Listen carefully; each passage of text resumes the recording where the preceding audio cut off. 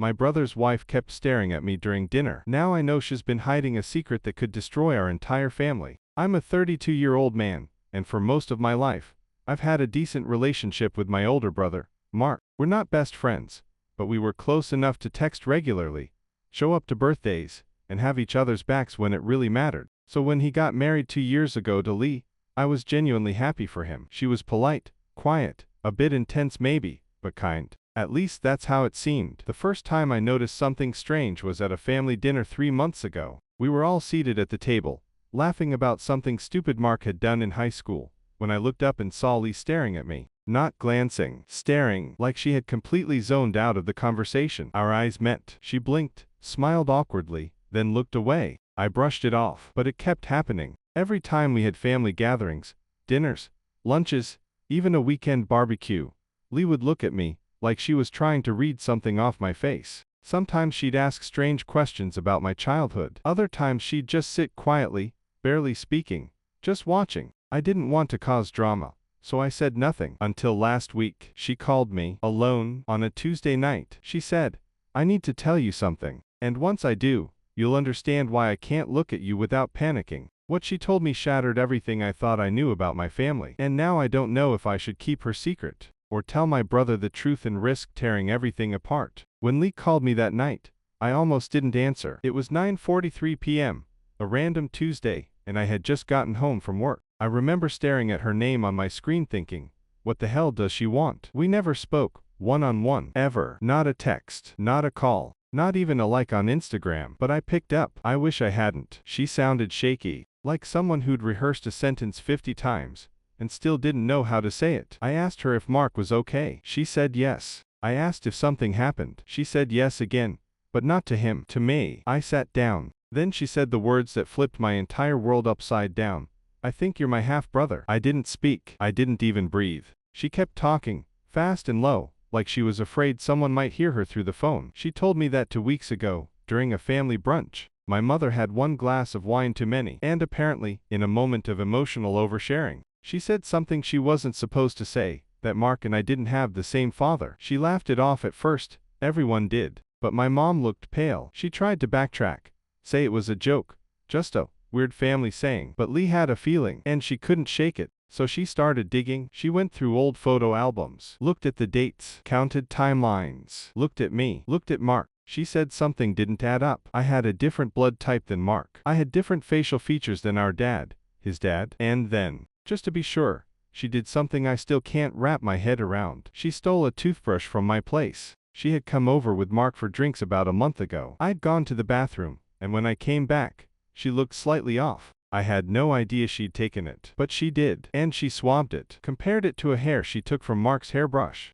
She paid for an at-home sibling DNA test, behind our backs, and the results came back 10 days ago. According to the test, Mark and I are only half-brothers. She said, I didn't know what to do. I panicked. I didn't even tell Mark yet. I couldn't believe what I was hearing. I demanded to see the results. She texted them to me before we even hung up. I opened the PDF on my phone. My hands were shaking, and there it was, clear as day.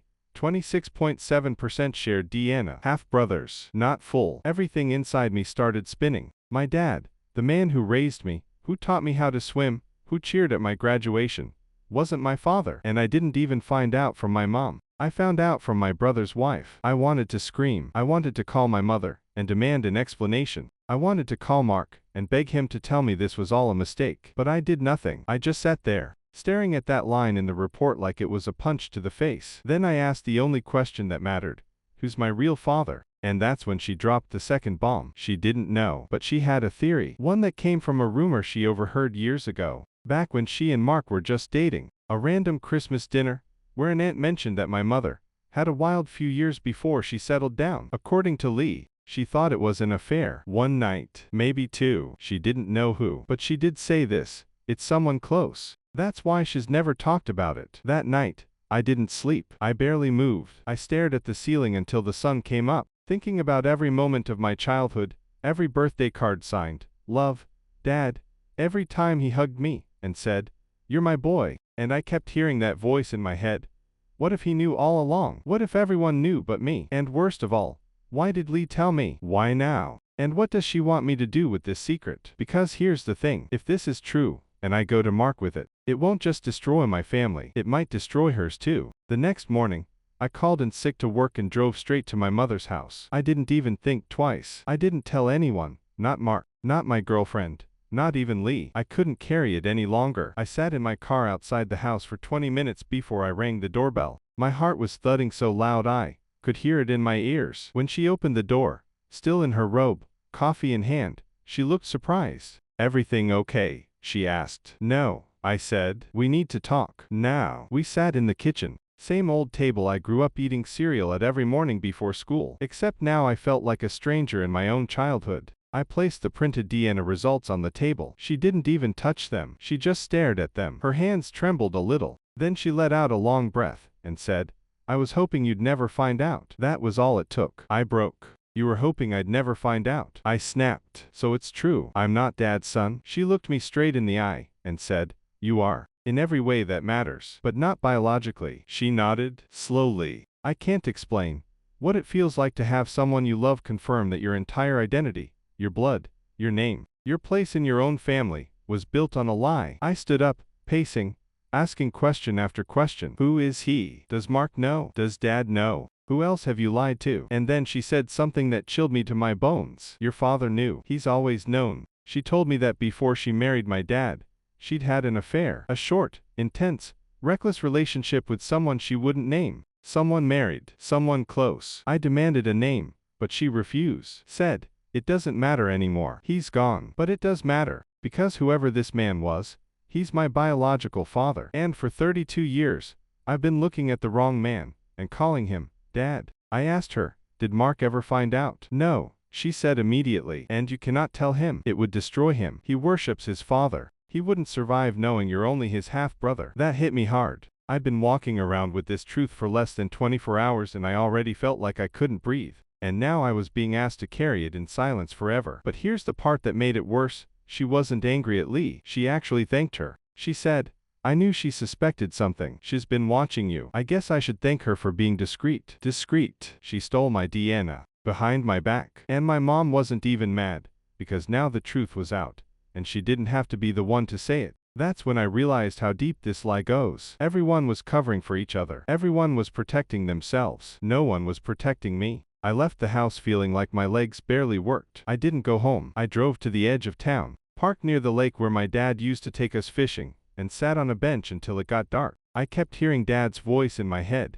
"You're my boy. I'm proud of you." And now I knew he'd said those things while knowing the truth, while carrying his own secret. I thought about Mark, about our entire childhood, about how he always looked out for me, how he punched a guy in 9th grade for insulting me, how he carried me on his shoulders when I broke my ankle. He thinks I'm his brother, but I'm not. Not really. And then came the most twisted thought. What if Lee told me for a reason? What if it wasn't just guilt? What if she's planning something? What if this secret is just the first card, and a whole deck she's getting ready to flip? Because once I calmed down, I remembered something that didn't make sense.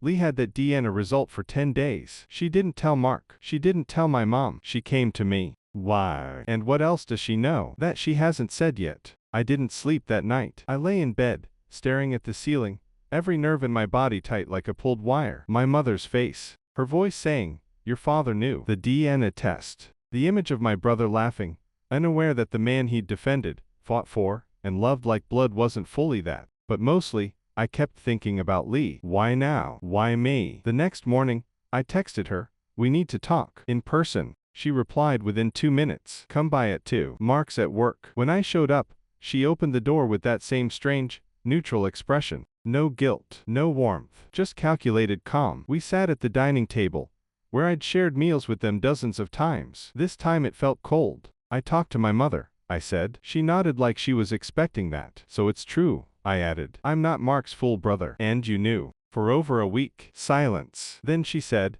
"I wasn't sure how to tell you, but I couldn't carry it alone." That line felt rehearsed. Clean. Too clean. I leaned forward. "Then why didn't you tell Mark? If it was about guilt, why me?" And that's when her mask slipped. She looked me dead in the eye, and said, "Because Mark can't handle it. But you can. And because I need something from you." There it was. The part one hadn't seen yet. The missing piece. She continued, calmly, "I think Mark is hiding something too. I think he's cheating on me. I blinked. What? I found messages, she said, pulling out her phone, on an old backup of his. Stuff he thought he deleted. Photos. Flirty messages. It's not recent. I don't think it's still going on. But I know he lied to me. I sat there, stunned. She kept going. I didn't say anything to him because if I do, it's over. But when I overheard your mom mention the thing about your father, I knew I had something that could even the score. Something to hold in my pocket. I just didn't expect it to hit this hard. I felt sick. She wasn't just a messenger. She was a strategist. So what?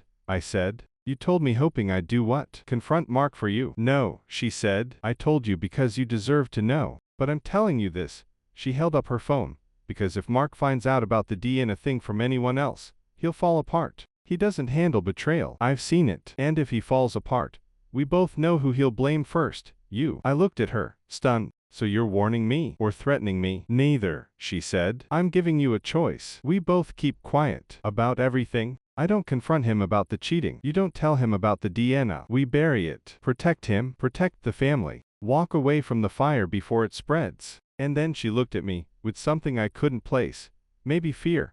Maybe desperation. And added, or you can blow it all up. But if you do, make sure you're ready to lose everything. I walked out without saying a word. The second I got in my car, I felt like I couldn't breathe. I had walked in looking for answers. I walked out carrying two secrets. 1.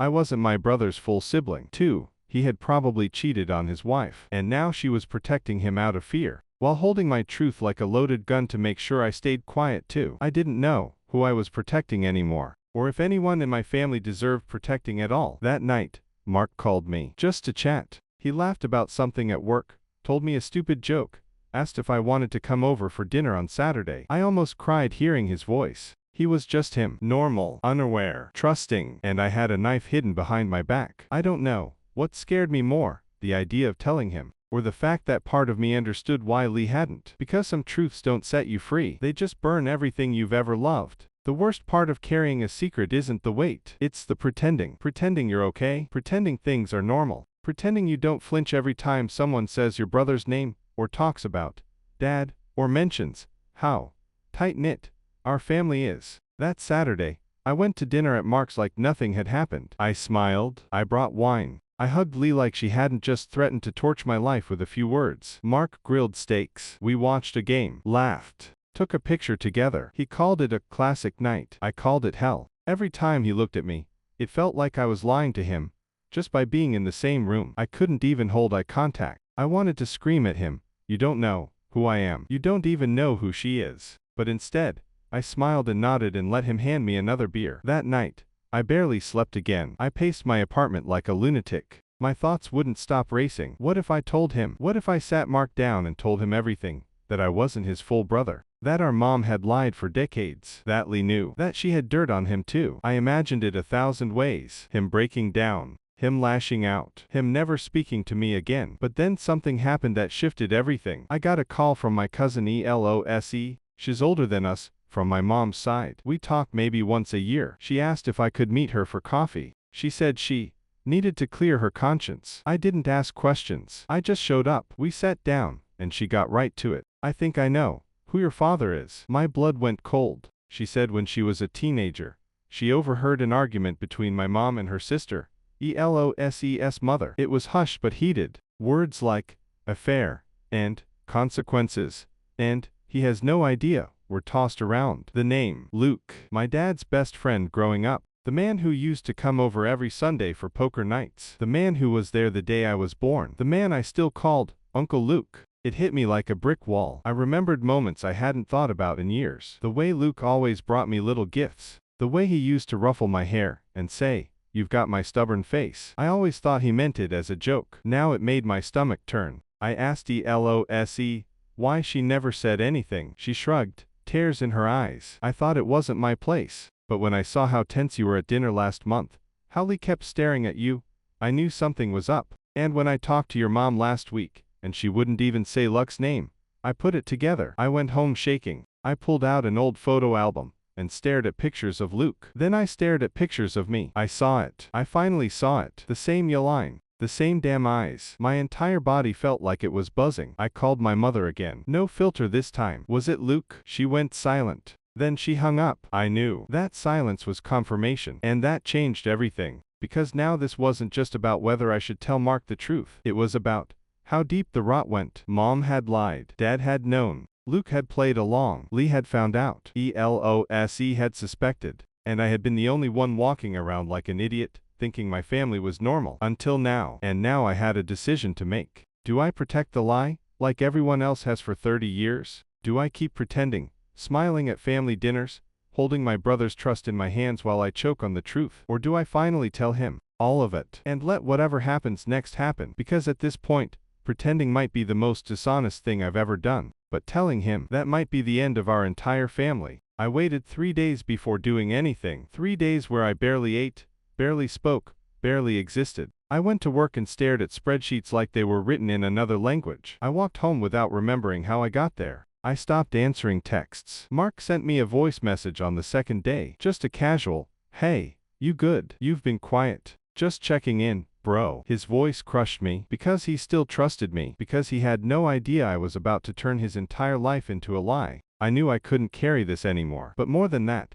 I knew he deserved to hear it from me, not from Lee, not from anyone else, from me, his brother, or whatever I was. So I asked him to meet me at the lake, the one where Dad used to take us fishing when we were kids, the one with the little bench under the willow tree. He showed up right on time, hoodie on, thermos of coffee in hand. "Damn," he said with a smile, "I was starting to think you got kidnapped." I didn't smile back. I just said, "Sit." I took out the DNA results first. I placed them between us. "What's this?" he asked, flipping it open. He scanned the page, not understanding at first. Then he looked at me, brow furrowed. "Wait. What is this?" I said it quietly, calmly, like if I said it loud, it would detonate.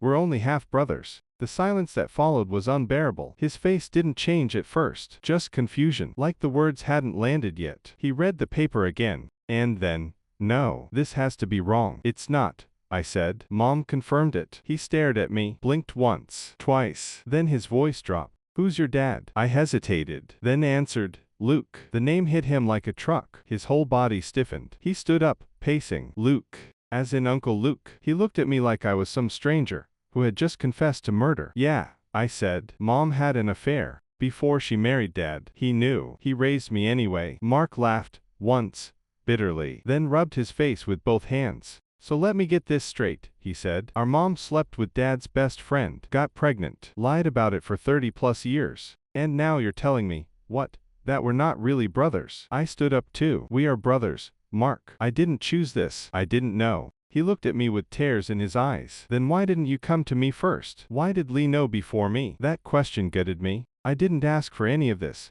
I said. "Lee told me." "She found out. She had a DNA test done behind our backs. She told me before I even had the chance to process it. I went to Mom. I confronted her. And then, I couldn't keep it from you." He didn't say anything for a long time. He just stared out over the lake. Then he whispered, "Lee knew." I nodded. Slowly, he turned to me. "Did she tell you why she did it?" I hesitated. He caught it. "Tell me." I took a deep breath. "She thinks you cheated on her." He didn't flinch. He just closed his eyes. I waited. "Finally," he said, "I did. Once. A long time ago. I thought she never found out." I felt like the earth was cracking open under my feet. Mark sat back down. "So that's what this was. This wasn't about you. This was about her. Using you, punishing me." I didn't respond. There was nothing left to say. We sat in silence for a long time, just two broken brothers. One who wasn't really a brother. One who had been lied to by his wife, his mother, and his best friend. When he finally spoke again, his voice was raw. "I still love you, you know." "I know," I said. "I still love you too." He wiped his face. "But I need space. From all of this. From you. From her. From them." I nodded. He stood up, walked away without another word. He didn't look back. That was 6 weeks ago. We haven't spoken since. Lee moved out of their apartment. Whether it's temporary or permanent, I don't know. Mark won't answer my calls. My mother's trying to fix everything with forced family dinners and group texts, but no one's responding. The last time I saw my dad, my not dad, he just looked at me and said, "I did what I thought was right." I believe him, but it doesn't make it easier. I haven't told anyone else. Not my friends. Not my coworkers. Not even my girlfriend. Because how do you explain to someone that your entire identity, cracked in half in 1 week, that your brother is now your almost brother, that your mother is a liar, that your father is a stranger, that your sister-in-law became your blackmailer? I don't know who I am anymore, or who I was supposed to be. All I know is this: Sometimes the truth doesn't set you free, it ruins everything, and then you're left with the pieces. Sitting alone at a lake, trying to remember who you were before it all fell apart. I don't know what to do anymore. Follow me for more stories.